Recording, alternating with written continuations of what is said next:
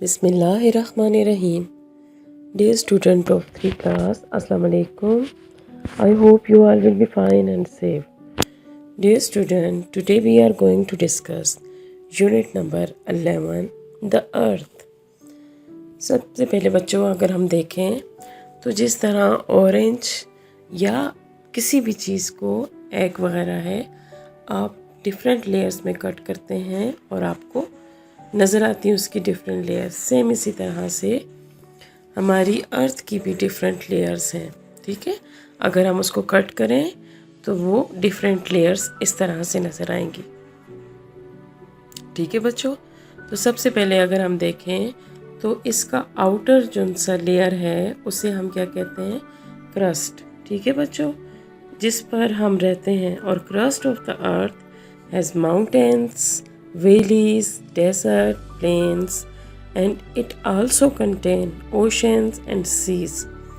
इसी वजह से अर्थ क्रस्ट जो सी है वो कहीं से बहुत ज़्यादा थिन है और कहीं से बहुत ज़्यादा थिक है।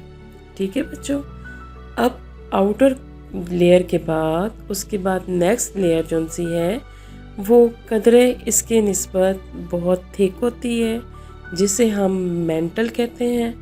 ठीक है बच्चों, और मेंटल जो सा है अगर हम पार्ट देखें इस लेयर का तो वो क्या होता है कि बहुत गर्म होता है।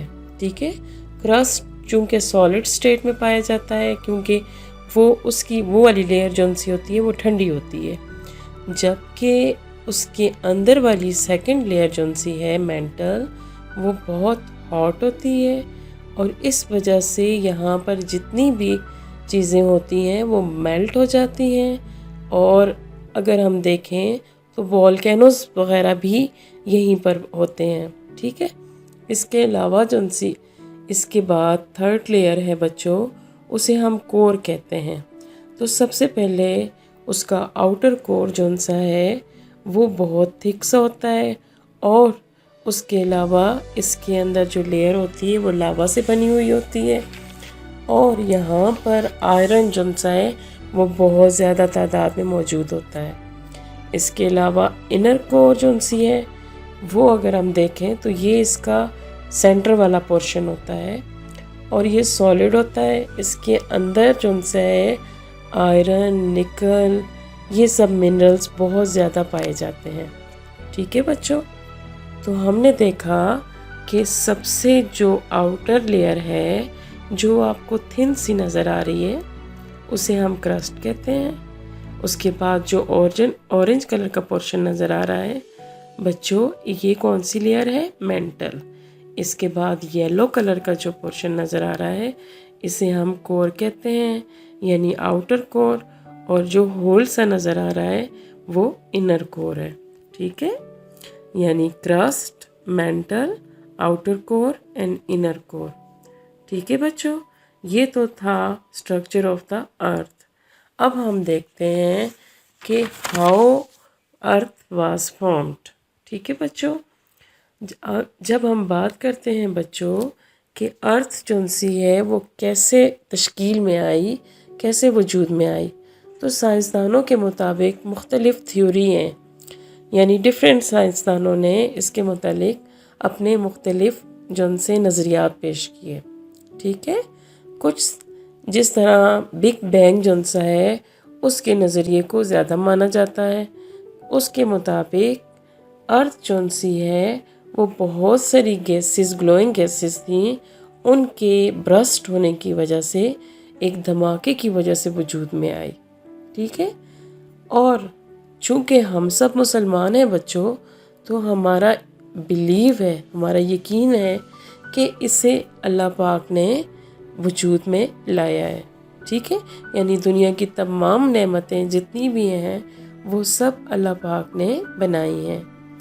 अब साइंसदानों के मुताबिक कि मुख्तलिफ़ थ्योरी थी। ठीक है बच्चों, कि उन्होंने कहा कि बहुत साल पहले जो क्रस्ट ऑफ अर्थ थी वो बहुत ज़्यादा गर्म हो गई और जैसे जैसे टाइम गुज़रा तो वो फिर क्या हुई, कूल डाउन हुई और फिर ब्रोकअप हुआ मुख्तलिफ़ जगह से।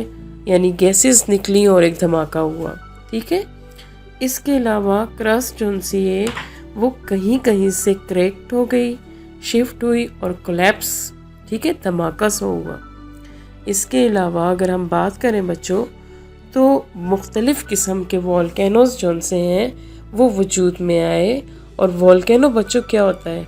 Volcano is a place where the hot gases in the earth come to the surface, यानी कि बहुत गर्म गैसेस जो सी हैं जो ज़मीन के अंदर पाई जाती हैं वो आतिशफशां पहाड़ के ज़रिए से बाहर निकल आती हैं। ठीक है, यानी एक ऐसी जगह जहाँ से हॉट गैसेस जो सी हैं ज़मीन के अंदर मौजूद होती हैं वो कम आउट हो जाती हैं। Sometime hot liquid rocks called lava, जिसे हम क्या कहते हैं बच्चों? लावा। और फिर जब वो लावा ठंडा हो जाता है तो इट फॉर्म रॉक्स, फिर वो रॉक्स बन जाती हैं। जिस तरह अगर हम देखें, today the surface of the earth is cool, it is surrounded by the air. अगर हम देखें तो सरफेस जो सी है वो अर्थ की अब कूल हो गई है और इसके इर्द गिर्द एक thick layer of the gases होती हैं। 3/4 of the surface of the earth is covered with water. अगर हम बात करें तो हमारी ज़मीन के ऊपर 3/4 पार्ट जो सा हिस्सा है वो किसने कवर किया हुआ है? वो वाटर ने कवर किया हुआ है। There is water in the seas and also in the air. बहुत सारी यानी समंदरों से पानी आता है, एयर से। इसके अलावा अगर हम बात करें तो मैनी प्लेसेस पर अर्थ जो सी है वो कवर्ड होती है सॉइल के साथ और प्लांट्स के साथ। ठीक है, अब हम बात करते हैं बच्चों रॉक्स की।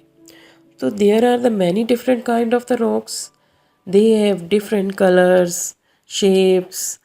किसी का स्ट्रक्चर बहुत ज़्यादा हार्ड होता है और किसी का सॉफ्ट।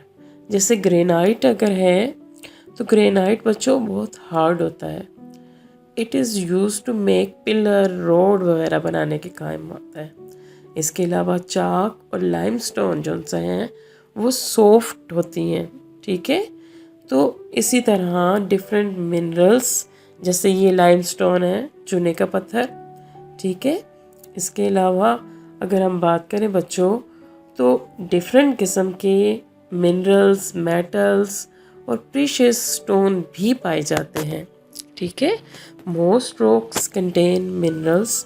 बहुत सारे रॉक्स ऐसे हैं जो कि मिनरल्स पर मुश्तमिल हैं। मिनरल्स दुनिया भर में पाए जाते हैं और कुछ रॉक्स जो से हैं वो सिर्फ़ और सिर्फ उनके अंदर वन मिनरल होता है और कुछ ऐसे रॉक्स भी होते हैं जिनके अंदर बेशबहा यानी बहुत ज़्यादा तादाद में मिनरल्स मौजूद होते हैं। रॉक्स के अंदर बच्चों मेटल भी मौजूद होते हैं, सिल्वर, गोल्ड, आयरन और बहुत सारी मुख्तलिफ़ किस्म के मेटल्स मौजूद होते हैं। ठीक है, इसके अलावा प्रीशियस स्टोन्स की बात करें तो प्रीशियस स्टोन्स भी बहुत सारी रॉक्स से पाए जाते हैं, जैसे कि रूबी, ठीक है, जैमस्टोन, सिफ़ार है। ठीक है, और इसके अलावा अगर हम बच्चों बात करते हैं तो ये जो से हैं, सबसे पहले अगर हम बात करें ये स्टोन्स जो से हैं वो हमें माइंस वगैरह से मिलते हैं और बहुत ज़्यादा जो से उस वक्त वो रफ़ हालत में होते हैं। ठीक है, फिर उन्हें क्लीन किया जाता है, कट किया जाता है, पॉलिश किया जाता है और फिर हम यूज़ करते हैं, जैसे रूबी, डायमंड। ठीक है बच्चों, यानी ये जो सी अगर हम उसकी रॉ कंडीशन देखें तो वो बहुत रफ़ सी होती है। फिर उसको क्लीन करते हैं, फिर कट करते हैं, फिर पॉलिश करते हैं, यानी मुख्तलिफ़ शेप्स दी जाती हैं उसको, जो कि ज्वेलरीज़ वगैरह में यूज़ होती हैं। ठीक है, इसी तरह से अगर हम बात करें बच्चों तो हमारी जो अर्थ सरफेस है ये पहले बिल्कुल मुख्तलिफ थी, फिर इसके अंदर बहुत सारी तब्दीलियाँ आई। ठीक है, changes on the surface of the earth take place when there is an earthquake. Earthquake जो से हैं कैन पुश अप करते हैं माउंटेन्स को, जाहिर सी बात है वो पूरी की पूरी जो सी है हमारी अर्थ को हिला देते हैं अर्थक्वेक की वजह से, तो माउंटेन्स जो से हैं वो पुशअप हो जाते हैं। इसके अलावा बहुत सारा नुकसान हो जाता है, मेन मेड जो स्ट्रक्चर्स बनाए होते हैं वो भी डैमेज हो जाते हैं। ठीक है बच्चों, इसके अलावा अगर हम बात करते हैं तो रनिंग वाटर, बहता पानी जो सा है, और मुख्तलिफ़ किस्म की वेदर कंडीशन जो सी हैं, उसकी वजह से भी हमारी अर्थ सरफेस चेंज हो गई है। ठीक है, यानी रॉक्स जो सी हैं वो ब्रोकन हो जाती हैं। ठीक है, और उसके अलावा स्मॉल पीसेस जो सी वो आहिस्ता आहिस्ता गिरते हैं और अर्थ का जो आउटर लेयर है वो चेंज होता जा रहा है। फिर इसके अलावा वेदर्स भी और फिर वाटर अटैक करता है, जिसकी वजह से रॉक्स जो सी हैं वो चेंज हो गई हैं, और इस सब सिस्टम को हम कहते हैं कि सॉइल इरोजन हो जाना। ठीक है, यानी वो इरोजन करता है। जैसे अगर हम बात करें बच्चों, आपको मालूम है कि ये नथिया गली, डूंगा गली, ये गलियां कैसे बनी? ये सब भी सॉइल इरोजन हुआ उस वजह से हुए, क्योंकि जब हम प्लांटेशन करने के बजाय डिफॉरेस्टेशन करते हैं, यानी दरख्तों की कटाई, तो वो ज़मीन जिसने रूट्स ने बाइंड की होती है सॉइल को, वो क्या हो जाती है कि वो अपनी जगह छोड़ देती है। ठीक है, इस वजह से इरोजन होता है। फिर हम बात करते हैं बच्चों कि डिफरेंट लेयर ऑफ सॉइल्स, मुख्तलिफ़ किस्म की सॉइल्स होती हैं। अब soil is made up by the erosions, erosion की वजह से सॉइल जो सी है वो बनती है। क्या होता है कि रॉक्स जो सी हैं वो जब टूटती हैं, ठीक है, फिर ह्यूमस बनता है। ह्यूमस जो सा है वो क्या है बच्चों?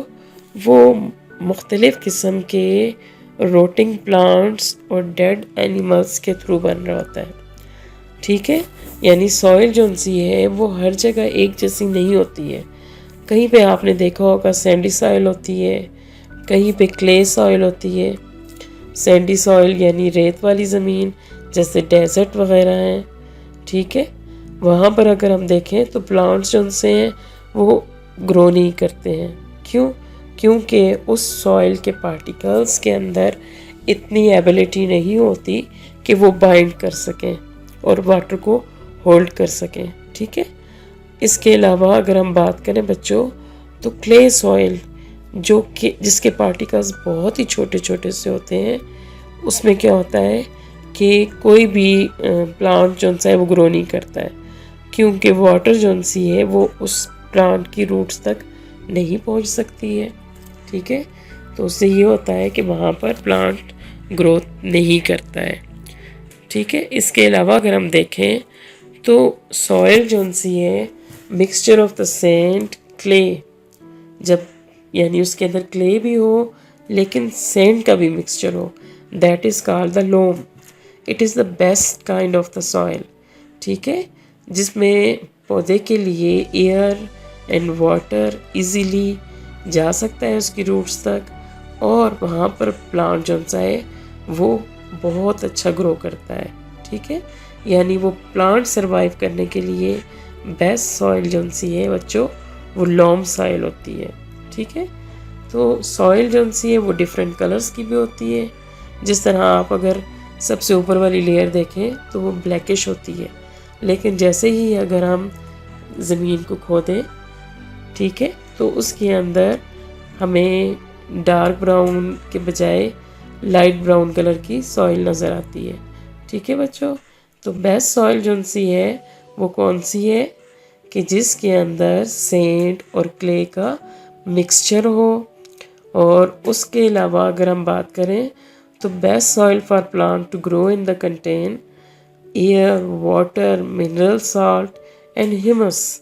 ठीक है, ह्यूमस भी मौजूद हो, dead bodies of plants and animals. ठीक है, तो क्या होता है कि वहाँ पर प्लांट जो सा है वो बहुत अच्छे तरीके से ग्रो करता है, क्योंकि एयर और वाटर आसानी के साथ उस सॉइल के अंदर चली जाती है। और अर्थवार्म बच्चों, जिस तरह आपको मालूम है कि अर्थवार्म भी हमारी सॉइल को फर्टाइल करते हैं। ठीक है, वो मदद करते हैं हमारी सॉइल की फर्टिलिटी में। We can water the soil to make it soft. जब हम कोई भी देखें, आप प्लांट ग्रो करने लगते हैं तो सबसे पहले वाटर डालते हैं ताकि आपकी सॉइल जो सी है वो सॉफ्ट हो जाए और वहाँ पर जो प्लांट है वो बेहतर तरीके से ग्रो कर सके। ठीक है बच्चों। तो इसके अलावा अगर हम देखें तो मैन्योर ऐड करते हैं हम, chemicals to the soil to make it more fertile. ठीक है। तो इसके अलावा अगर हम देखें तो काऊ डंग वगैरह and decaying leaves are the good form of the manures. Manures यानी कुदरती खाद। हम कहते हैं ना कि dead bodies of the animals and plants make good soil. ठीक है। उसकी वजह से क्या होता है कि हमारी जो सॉइल है वो फर्टाइल हो जाती है। ठीक है। जिस तरह हम किसी भी किस्म के फर्टिलाइज़र यूज़ करते हैं अपनी सॉइल को जो क्रॉप्स हैं उनको बेस्ट करने के लिए।